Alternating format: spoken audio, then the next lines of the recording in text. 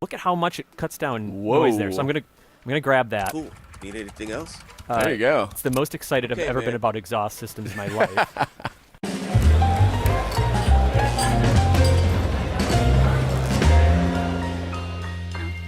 Hey everybody, welcome back to another episode of PlayStation Underground. You got Tim here and also Sid. Well, how do you do? Hey Sid, how's it going? It's going well. Looking forward to this one. Really appreciating the polish I am seeing on this. Oh, yeah. I think Ben Studios really kind of used these last few months wisely. I see like just a nice, it just looks really buttoned up to me.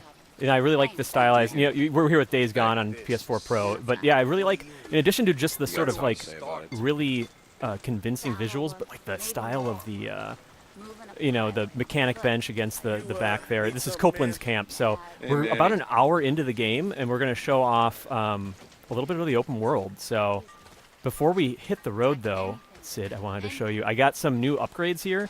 So I got to level 1. Basically, by completing some quests, you unlock some reputation with the camp. And in this case, Manny here has some additional upgrades for me. I already... Fascinating. Yeah, I got a little bit of a better fuel tank now, so we can ride around a little bit better, extend our road trip. Always helpful in the Freaker Apocalypse. So helpful. And then this one I was thinking about.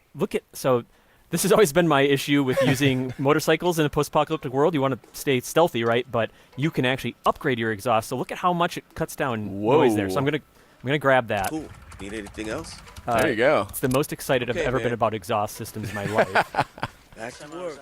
And so I actually have pinpointed a spot that I think would be pretty cool to check out once we roll out of camp here. Let's do it. Yeah, this is looking nice. Thank you for opening that gate. So one cool thing I'm going to do here is I'm going to swipe right on the touchpad. Ooh. So Boozer's hanging out up here. Again, I'm about an hour in. I've been kind of looking for some supplies to help out Boozer. But since it's opened up a little bit, I've been sort of exploring a little bit. I want to show you this spot right up here. You got a hot spot for us. I got a hot spot. All right. So in this time, I've been kind of getting acclimated with riding the bike around, and it's been feeling really good. You can drift with the circle button, but also like there's some nuances that are really cool, like coasting down hills to conserve on gas. So you're actually only using any fuel when you are actually accelerating. So that's a nice tip there. Yeah, I like that one. I'm digging this environment quite a bit too. This is set in the Pacific Northwest, which is not a setting we see a whole lot in the gaming world, or at least not to this point, and has just a really unique, very natural beauty look to it. It's really pretty. There was actually a moment the other day where I was playing, and like sometimes it's rainy, sometimes it's really sunny, and you'll hear birds chirping, and I forgot I was in a post-apocalyptic game because it was just really beautiful. Taking a shortcut. And so, as you see on the lower right, there are some icons next to the mini-map. There is this sort of screwdriver and wrench, looking like a skull and crossbones kind of, and then the gasoline icon. And those are some of where like the lighter survival elements of the game come into place. Okay. When I crossed that stream, I think I might have dinged the bike a little bit, so lost some of the durability. If that takes too much damage, your bike is toast. You got to do like a field repair. Yeah, and then there's gas, which we upgraded a little bit of the tank, but there's been some tense encounters where, I've had to like coast into camp and just barely got in to refuel, because if you run out of gas out here, not good. Not good at all. So we've arrived at our destination, and we were talking a little bit about like coasting down hills to save gas. One thing that I've learned, and I would recommend to folks, is when you approach something like this, where it looks like, I don't know, there could be some freakers around. This is one of their feeding grounds, isn't it? Yeah. So this is one of the mass burials, and I'm just kind of walking my bike, and that is actually not as slow as you'd think it would be. And it's a good way to save gas when you're exploring, but you want to kind of stay on your toes and be able to bail. And something Sid, you and I learned when we were playing the game last was to make sure to have an exit strategy. Yes, very important in this game. I mean, one of the things I learned very quickly with my limited hands-on time with Days Gone is nothing is very routine in this game. Yeah. Anything can happen at pretty much any point. which is why I wanted to make sure to position the bike so I got an easy getaway. Smart. I've been interested in checking out this MMU, which are kind of like environmental puzzles. So this one, I think, we've seen some examples where if you get the power, you have to get the power generator turned on, Figures. and a lot of times there will be alarms that will get set off here. That's not good. Freakers respond to noise, right? Yeah, exactly. And speaking of freakers, there's some pretty ominous music that's kicked in here. They hibernate during the day, Way onto the roof. but I'm still kind of staying on my toes here. Ooh. Yeah, so I have all the doors are locked on this one, so I'm gonna give this a shot. See, this is what happens when you don't put your parking brake on. It's true. People could just shut, like when you're not around, people shove your cars around and use them to solve puzzles. It's an epidemic. It's a real problem. Some things never change in the freaker apocalypse. You say freakers are the problem. I think it's people moving your cars around. So what's the point? Like, why would you want to get into this place? So there are. This is Nero's mobile medical unit. Oh dear. Oh god. Hold that Ooh. thought. All right. All right. So I think that we've stumbled upon a smaller horde. Sorry, I'm trying to equip my pistol here. Okay, I'm gonna detach my silencer. So, yeah. So this is a horde. 1 second here. Fun. I also have a little bit. Oh, nice Okay, one. All right, so that's not even, I think, half of the problem addressed here. I'm going to grab my handy-dandy bandage here as well. So I have encountered a smaller horde like this a couple times. The strategy that I like to employ here is to kite them around as much as possible. Mm-hmm. You got to really look the devil in the eye here in some situations. Oof. Oh, no. All right. And sometimes you just got to keep moving. Yep. My stamina is not incredible, but one other strategy here, I'm going to actually pull out my Molotovs, and hopefully I get a little bit of a conga line here. Here we go. Oh, Okay. nice one. Okay. And I'm going to recommend also that you do a few dodge rolls in there. Yeah. And one thing I've noticed too is you'll always have the one guy who's just nipping your heels, and you want to take them out because they can really throw off your rhythm here. Oosh. Okay. This is getting a little Sid, freaky. My heart is racing. Okay. What's the plan? I'm gonna also kite them past these barrels, and hope that I can get enough of them bunched around it at once to thin them out. All right. Okay. That helped. That worked out all right. And again, trying to not run constantly, not to drain my stamina, because you're going to need it in bursts. Interesting. Yeah, I mean, they've Ben Studios pointed out a number of times that Deacon is sort of no athlete. And he makes comments about that too. He's like, "Oh man, I need to get in shape," which I can relate to. It's the one thing I can relate to with Deacon, I think.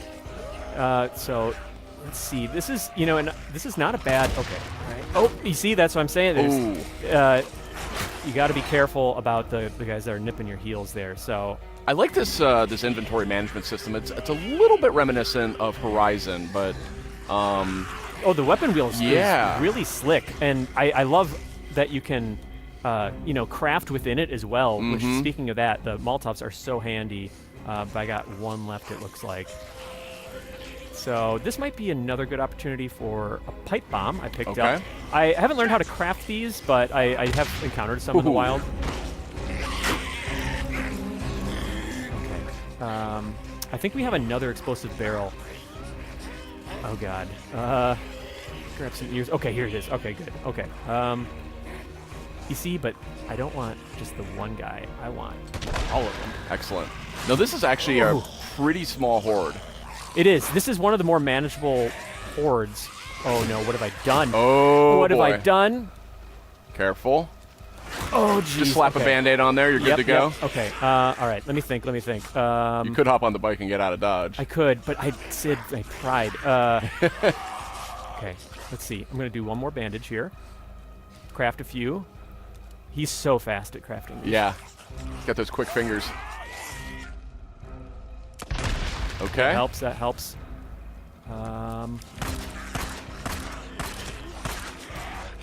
Now, worth pointing out that these things are not zombies. They are actually alive. Yeah. And there is sort of this ecosystem element to it. That's one of the reasons we're at this feeding ground here, this mass burial site, and this is where these things congregate.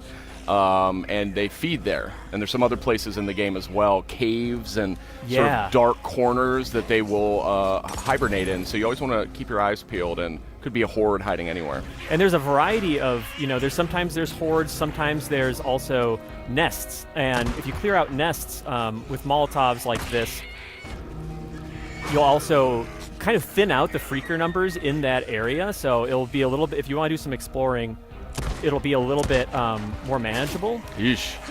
Yeah, I know.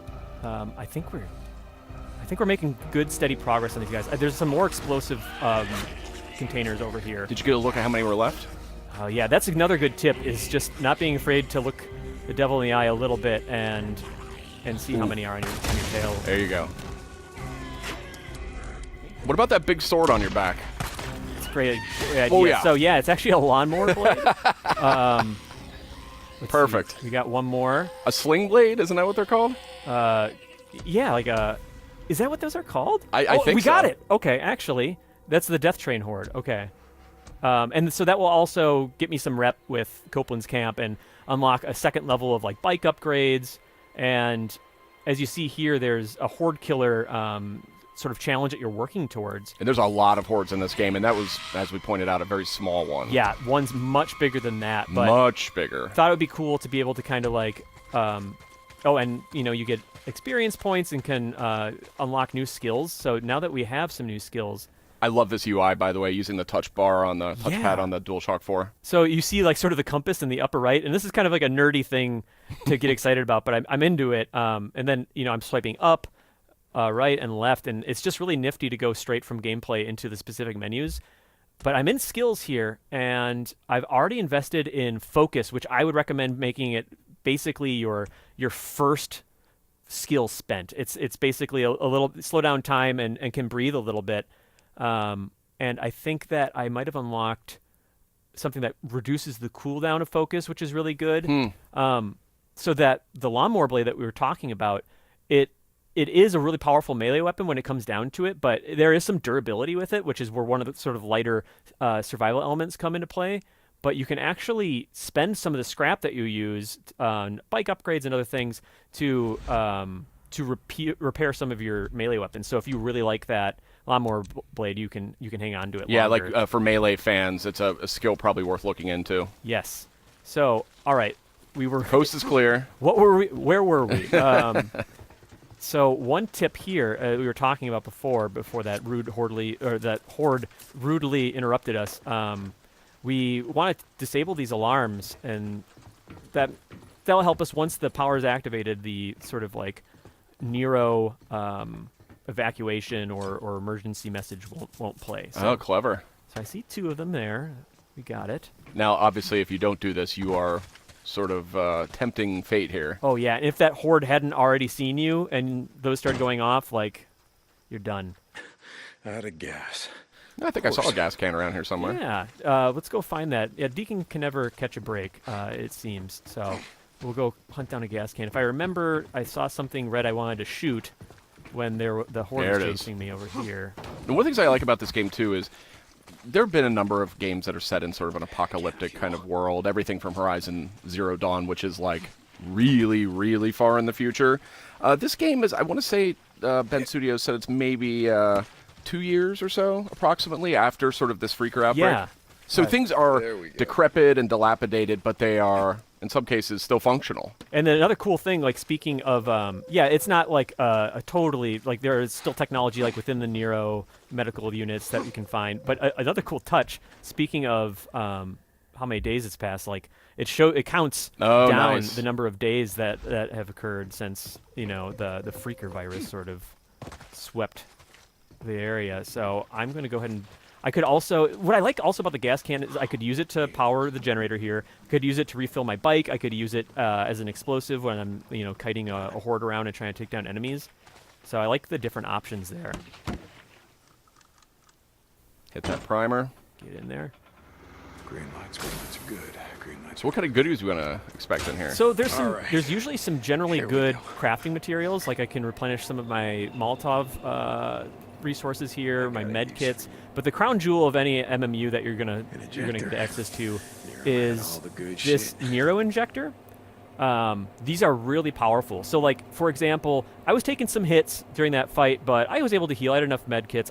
Focus was great, but the real problem, I think, with that was my stamina. Yeah. So I, choosing to lean in that direction, and you saw his stamina meter just increase a little bit there, which is really handy. So We've learned another lesson here from Days Gone and the Freaker Apocalypse. Just grab needles, jam them in your arm. anything, yeah. Everything helps. Yeah. He actually, in the first one, it's funny you say that, in the first time that you see that, he picks up the injector and he's just like, why not? Basically. It's like, what do I have to lose? I love it. So that was a pretty successful stint there. Yeah, nicely done. Thank you. So And we this got- is like, what, you said an hour or two into the game? Yeah, and you can already take on some Freaker hordes, and this one is just north of one of your first camps here. But one thing I can show off too is some of the one cool element is the fast travel. In keeping with sort of the light survival element of the game, you can't just fast travel. Once you go to Copeland's camp and have your home base, you can't just fast travel from one point to another. You actually do need to basically earn the right to do it by clearing nests that might be blocking the way. I see. So I can actually head down here and Oh, yeah, you actually need to spend gas to Yep. use fast travel as well. yeah, so there is a cost. You spend some gas and you got to fuel up. If you're at the camp, you have to pay for that, but if you're at your home base, you have some gas that you can use on your own.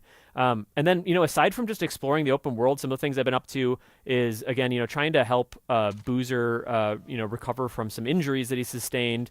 And there's this ongoing mystery of Sarah, Deacon's wife, and trying to kind of maybe find out what's going on there. We have another Nero unit here, but yeah, that's sort of like a good look at two of, I'd say, like the main enticing elements of Days Gone, as far as the MMUs, and then also just taking on Freaker hordes. We also have a nest up here, if we wanted to take a look at anything else. Yeah, let's check it out. Okay, cool. I can get back on the bike there, and we can head in that direction. And what's nice is that the bike actually shows up on your minimap, so that you won't lose track of it. It's super important because I think, you're not going to want to go out without the bike. It's not just like an option. You see, now that I'm on it, I can actually quick save. Yep. So it is essentially like your lifeline in the world. So I'll actually go back to where Boozer's hanging out, and then I'll gas up from there. Perfect. So what's standing out to you? You've had a little bit of time with the game. What's been standing out to you most, would you say? So it's really a confluence of things. I think there's just enough survival mechanics with the bike management and the upgrades, and upgrading Deacon, but also the weapon durability, that it scratches a lot of the itches I have for that sort of genre. But I've never gone whole hog in survival games where it's just like you're managing hunger, and thirst and and sleep. yeah. Like, you can sleep in this game, but it just advances time. Mhm. So it has just that right amount of it. But also, I don't know if I've played that I can think of personally a open world game that sort of satisfied this sort of post-apocalyptic survival element of like all these cannibalistic creatures around you. Like, I'm a sucker for, we were talking a little bit earlier today, games like, Infamous Second Son, where you're slowly reclaiming parts of a map and sort of, staking your claim. And the idea that you can clear out these nests and make it a little bit safer to explore. And then the satisfaction of taking down a horde. I'd say taking down the horde has been one of my favorite elements of the game. That's cool. And one of the things about this game, too, is you never know exactly what's going to happen. So we don't know if we're going to come across maybe a Rager Bear or another horde as we kind of make our way here. And I think that's what's going to be really fun to see. You and I had an experience when we were playing a little while ago where we were on a sort of a bounty mission. We were taking out a bad guy. Oh, what do we have here? I was just seeing if I could Just cause some a little bit of riffraff. a ruckus. just to see if what you're mentioning is that some of the emergent things that can happen. Usually, you're mentioning that we were fighting some enemies. Careful. I think I'm out of No ammo nitrous. there. But you can also ram enemies on your bike, which can be, Here we go. Give him a little. Give him a taste little of it. playful nudge there. But I'll leave him be for now. Oh, excuse me, tree. But we were just taking on a mission. We were going after a bounty, actually, And we cleared out the camp, and we were starting to loot. There's loot everywhere in this game. Oh, nice. No, that's going to take a toll on your bike. That's the trade-off. But we were clearing out this camp, looting bandages and ammo, and which gun do I want. And there's a bunch of different rarities to weapons. There's all different classes of weapons. There's a lot of cool loot stuff. We were a couple seconds into that, and just this horde just drops down. There must have been one nearby that we didn't know about. Yeah, and I mean, it was like a tidal wave. It made that last horde we saw look puny in comparison. They just flowed in all at once, and it was like, you end up in this rhythm with some, open world style games where it's like, okay, I cleared out, or any game, and you clear out the area, and you're like, okay, I've earned my freedom to go and root around and open every drawer. But you'd cause such a ruckus that it's like there was a consequence to how loud that firefight got, which is sort of another side of the coin of like, being stealthy is great in that it makes encounters a little bit easier and you can, save some ammo, but also just reducing the risk of bringing a horde down on you is another reason to go for stealth. Indeed. So that was cool. We'll see. Love this lighting. This is really, really cool. Yeah, so we've seen now that it's like advanced from, we started basically in the morning when we were on our way to that MMU all the way to it's starting to rain a little bit. Get some dusk going on here. Yeah, and also this is more than just like a cool change of scenery. Yep. It does make the freakers who hibernate during the day come out at night, and they're stronger. They're stronger. I think we were talking to the Bend Studios folks, and they were saying that one of the things about freakers is that their metabolism is very, very high, which is one of the things that drives them to eat and means they also overheat. So it's one of the reasons that they, they like to be particularly active at night when it's cooler. Another one is snow is an emphasis right. in this game, and that's been shown in the past. I think maybe it was E3 a year or two back, but they also are much tougher when things get colder. So snow is actually not a great time to run into freakers. Where in some post-apocalyptic, stories, it is actually like an advantage. It'll slow down your enemies and stuff like that. These things are alive. It's a little different. Yeah. So this should be a. Oh no! This is way more active than I could have imagined. What's the plan? Okay. Yeah. The plan. So have I taken my own advice? Have I parked my bike in a strategic manner? I don't know. The classic is you park it like you do in real life, like right up against the wall, and then you can't get out when you need to. It's like this apocalypse will reward any of those folks who are militant about backing into the parking spot. They annoy me like crazy in real life, but they're going to be the ones that survive this. Okay. I want to save my. Man, this is a tough one. So there probably wouldn't be this many freakers if I had come here during the day. But I can thin them out a little bit here. Nice dodge. Again, that's going to come in handy. I love games with dodge. It's just so much fun. Come on. And the stamina meter. Oh, I got. Ooh. Careful. Yeah. You gotta think on your feet a lot. So I have a lot of crafting materials, but not enough to make a Molotov right at this very minute. I used a lot on my horde encounter there. Unfortunate. Nicely done. Yeah. And I can also lean on my... There you go. I was going to suggest that. Ooh. Down you go. Down you go.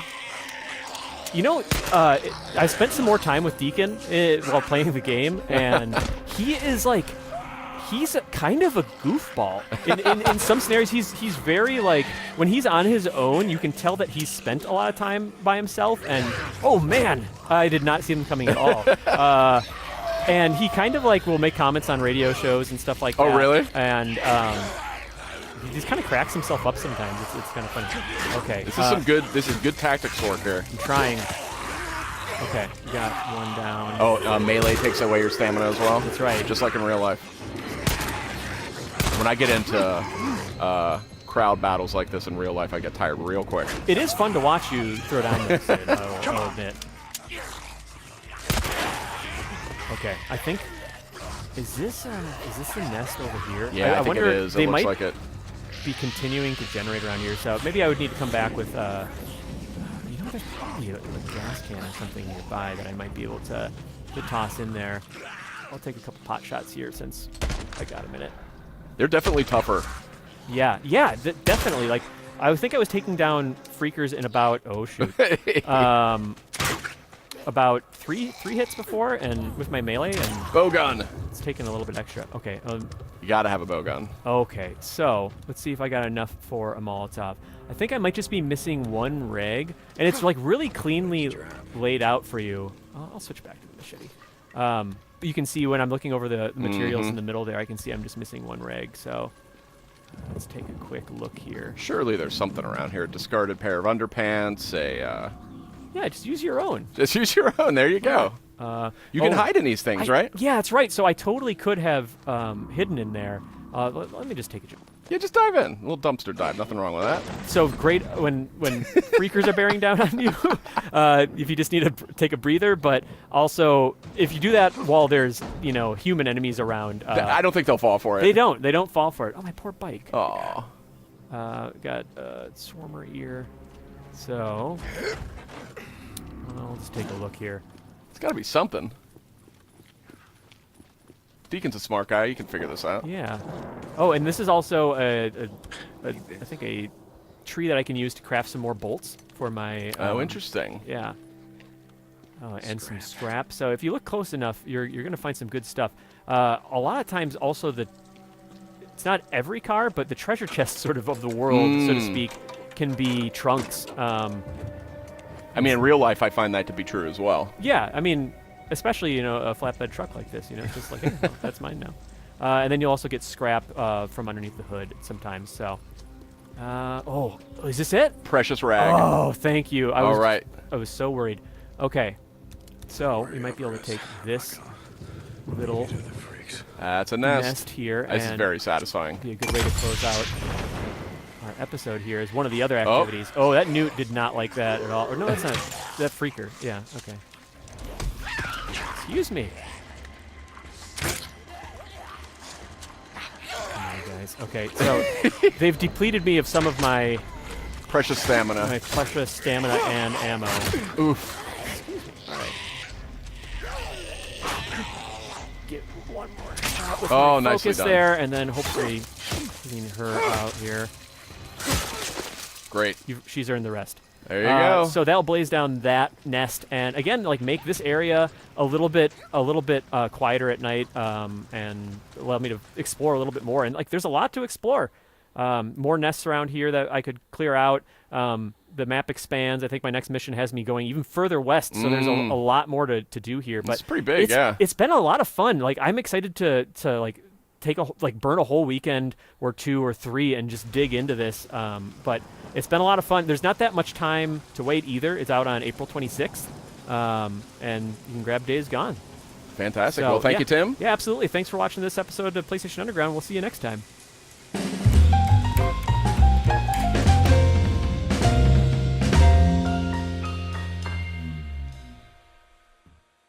PlayStation